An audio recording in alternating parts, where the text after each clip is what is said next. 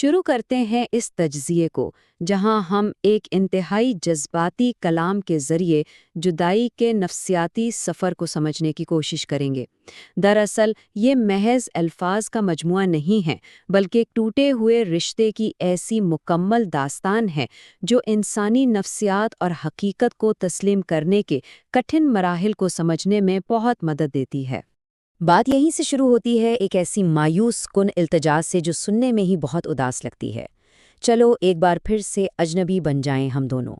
ماضی کو مٹا کر ایک نئی شروعات کرنے کی یہ پکار اس پوری گفتگو کا ماحول طے کرتی ہے۔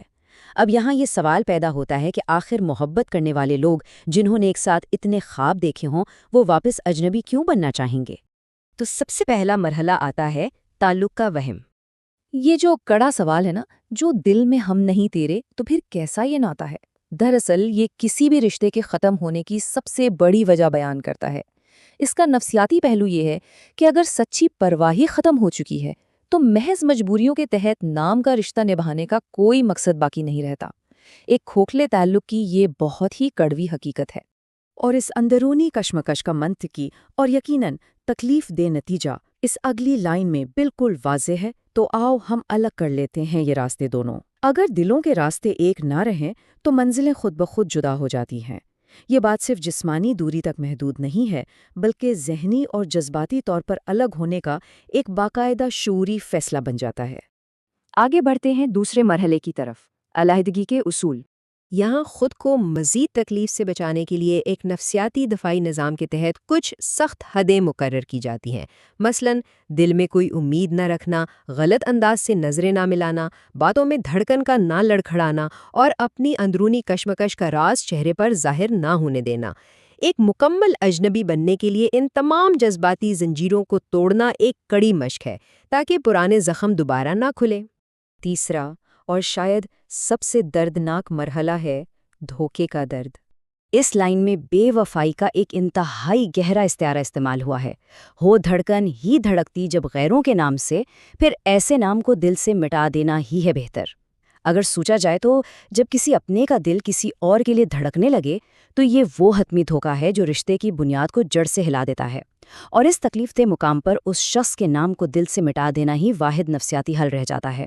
یہاں ماضی اور حال کا ایک انتہائی دردناک تضاد موجود ہے۔ ایک طرف ماضی کا وہ حسین وقت تھا جو کل تک تھے تمہارے صنم، اور دوسری طرف حال کا وہ مقام جہاں محبوب ایک خود غرض انسان بن گیا ہے۔